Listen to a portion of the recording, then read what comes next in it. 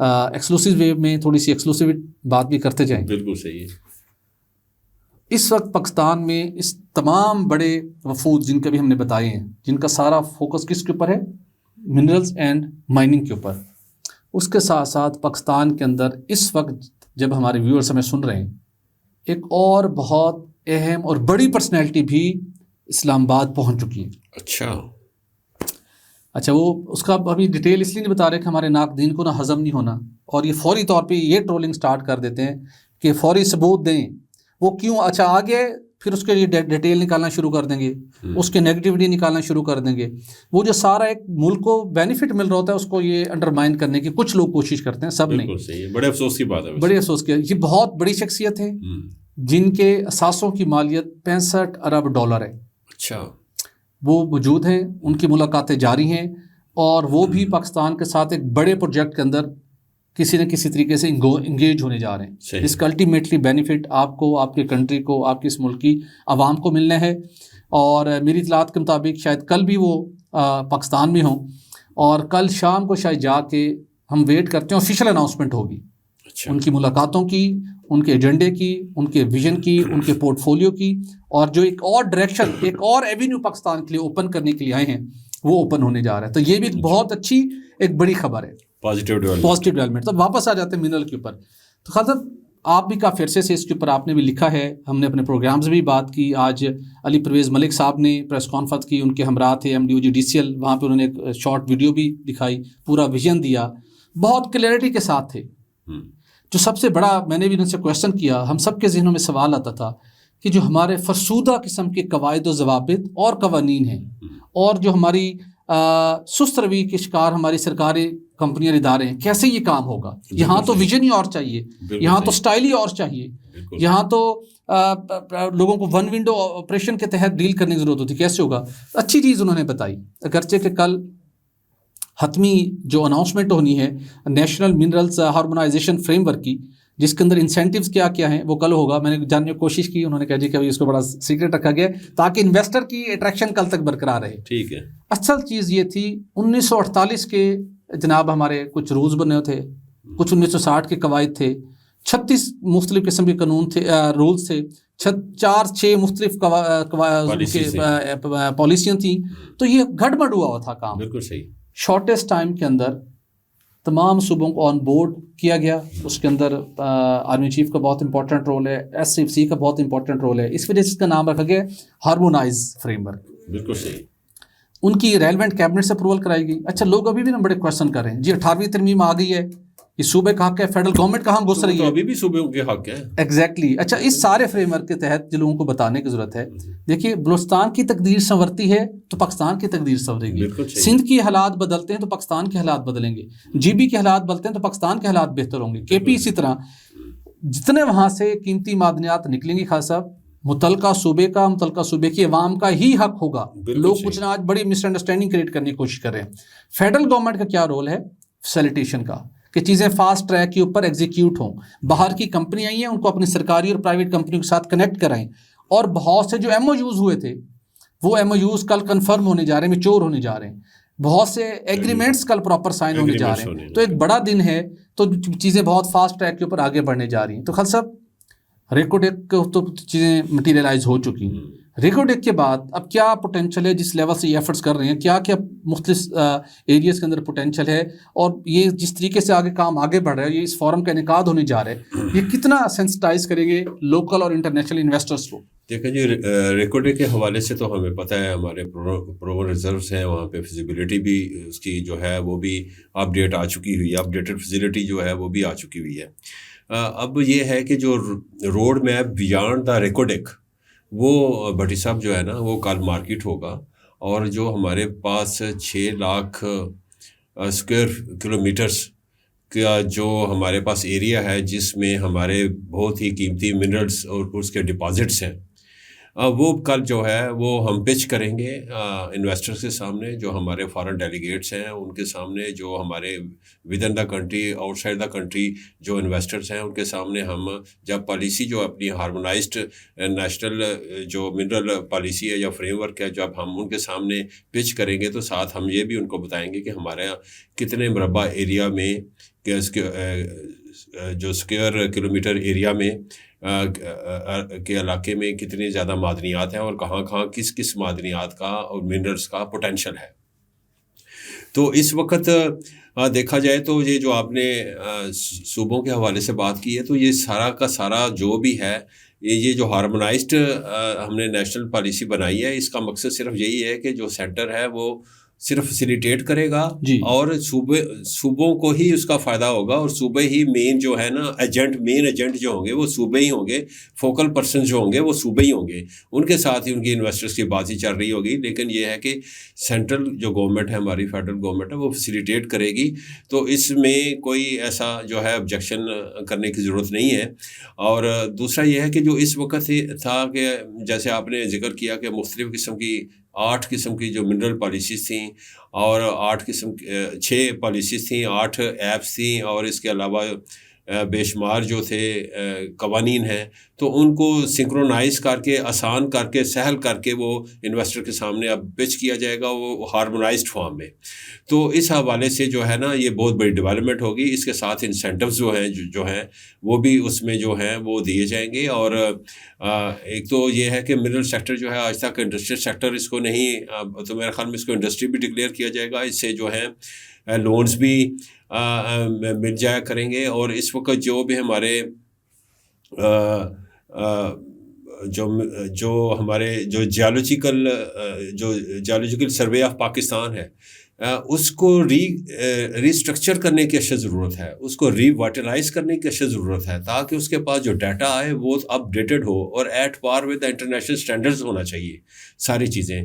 اور جو پالیسی بنائی جا رہی ہے، ہارمونائزڈ پالیسی جو بنائی گئی ہے، وہ بھی ہم نے جو ایک بڑی امپارٹنٹ لیگل فرم ہے انٹرنیشنل وائٹ اینڈ کیس، اس نے بڑا اہم رول ادا کیا ہے. اس کے علاوہ ووڈز میکنزی نے جو ہمیں انسینٹیوز جو صبح جو انویل کیے جائیں گے، وہاں پہ ریویل کیے جائیں گے، وہ جو ہیں جو انسینٹیوز ہوئے، ووڈ میکنزی نے جو ہے نا اس میں بڑا اہم رول ادا کیا ہے. اور وہ سنا ہے کہ بڑے اٹریکٹیو قسم کے انسینٹیوز ہیں. تو اس سے میں سمجھتا ہوں کہ جو پاکستان ہے وہ ایک جو ہے نا صحیح معنوں میں انویسٹمنٹ ڈیسٹینیشن جو ہے نا ان منرل سیکٹرز میں یہ اوپر کے سامنے آئے گا. Pakistan as a attractive destination for mineral sector. تو میں سمجھتا ہوں کہ پاکستان جو ہے آنے والے دنوں میں یہاں پہ جو یہ ان ایکسپلورڈ سیکٹر تھا کافی عرصے سے، اور اس کا جب پوٹینشیل آئے گا، سامنے نظر آنا شروع ہوگا، تو اس کا جو جی ڈی پی میں جو کنٹریبیوشن ہے وہ بڑھتا چلا جائے گا. اور یہ بڑا اہم رول ہے. اس وقت جو ہے ہم بھٹی صاحب بلاسٹنگ کرتے ہیں، اور ہمارے پاس جو کارپوریٹائزڈ جو ہے وہ اور میکنائزڈ قسم کی ہم مائننگ نہیں کر پا رہے، اور ریسپانسبل جو ہے نا مائننگ نہیں وہ کر پا رہے.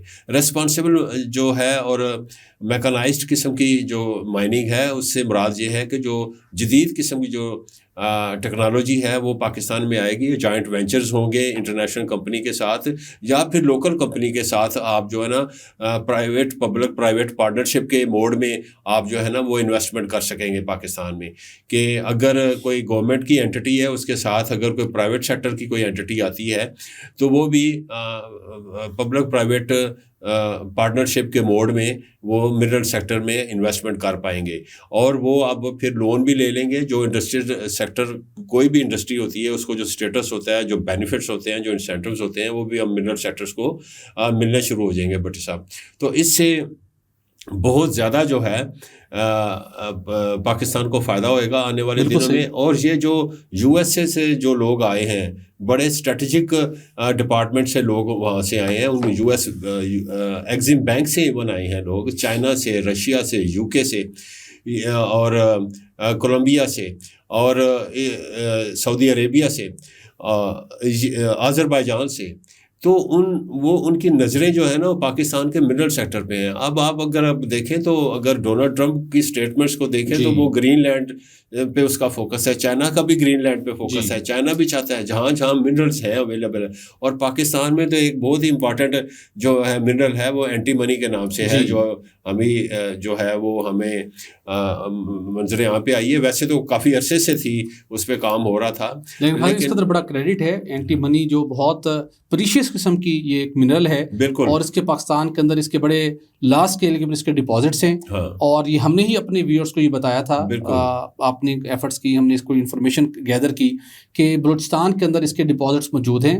اس کا سائزنگ سروے اس کے اوپر ہو چکا اور بڑے فاسٹ ٹریک کے اوپر اس کے اوپر کام آگے ہونے جا رہا ہے, اور انٹرنیشنل مارکیٹ میں اس کی بہت اچھی پرائس ہے, اور پاکستان بہت اچھا خاصا قیمتی زر مبادلہ کما سکتا ہے. بالکل, یہ جو ہے نا یہ ایک تو ایکسپلوسیوس میں یوز ہوتا ہے, اور دوسرا جو ملٹری ایکوپمنٹ ہے اس میں یہ استعمال ہوتا ہے. اس کی بڑی جو ہے امپورٹنس ہے اس حوالے سے, پیراماؤنٹ امپورٹنس ہے اس کی, اس منرل کی.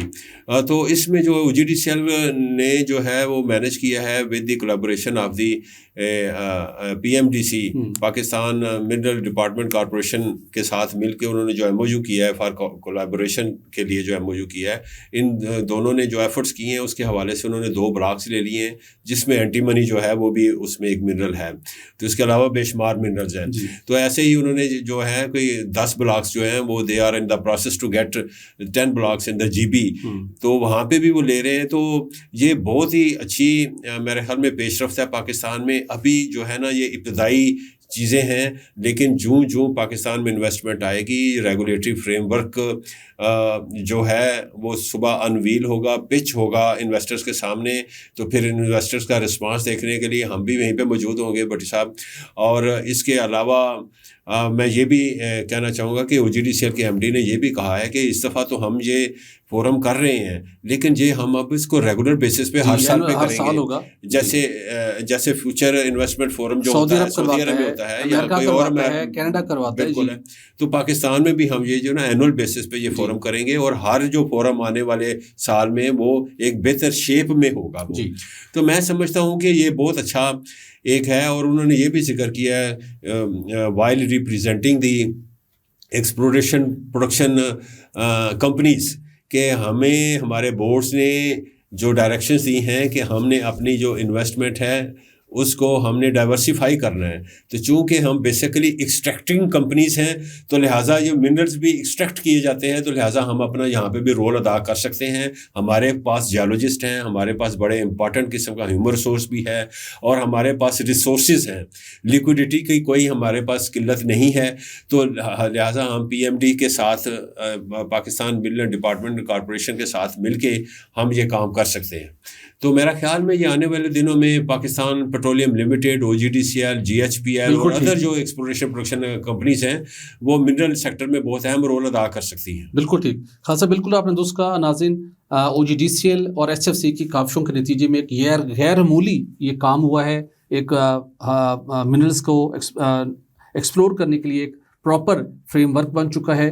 $8 ٹریلین سے زائد کی قیمتی معدنیات پاکستان میں موجود ہیں. سونا, کاپر, لیتھیم, اس کے ساتھ کول, اینٹی منی اور پنک سالٹ, یہ بہت بڑی اس کی بھی مارکیٹ میں. ان سب کو اب انٹرنیشنل لیول کے اوپر جا کر, انٹرنیشنل سٹینڈرڈس کے مطابق جا کے ان کو مارکیٹ کرنے کا اور ان کی مائننگ کا کام شروع ہونے جا رہا ہے. ہم توقع کرتے ہیں کہ یہ وہ واحد راستہ ہے جو پاکستان کو غیر ملکی قرضوں سے نجات دلا سکتا ہے, کشکول کو ہم حقیقی معنوں میں توڑ سکتے ہیں. یہ وہ راستہ ہے جس سے آنے والے دنوں میں مقامی کمپنیوں کے لیے بے پناہ روزگار کے مواقع, کاروبار کو وسعت دینے کے مواقع پیدا ہونے جا رہے ہیں, اور لوکل لیول کے اوپر روزگار کے مواقع کو بھی اس انڈسٹری کی وجہ سے بڑے پیمانے کے اوپر اس کا روزگار پیدا ہونے کے مواقع بھی ملیں گے. اور ریلیونٹ جو ایجوکیشن ہے وہ ہمارے اسٹوڈنٹس ہیں ان کو ایک نئے ڈگریز کرنے کا مواقع مل رہے ہیں. تو ہم کہہ سکتے ہیں کہ اگر ہم اس کے اوپر فوکس کیا اور اس کے اندر سرکاری طریقے سے اس کے اندر جو رکاوٹیں آتی ہیں ان کو دور کر دیا, تو یہ شعبہ پاکستان کی تقدیر کو بدلنے کے اندر اپنا کلیدی کردار ادا کرے گا. اور ہم سب کا جو خواب ہے خوشحال توانا پاکستان, یہی وہ راستہ ہے جو اس حقیقت کی منزل تک لے جا سکتا ہے. تو آج کے لیے اتنا ہی, ہمیں اجازت دیجیے. ہمارے چینل کو لائک اور سبسکرائب کرنا مت بھولیے گا. کل کچھ مزید ایکسکلوسیو اپڈیٹ کے ساتھ آپ کی خدمت میں حاضر ہوں گے. اجازت دیجیے. اللہ حافظ.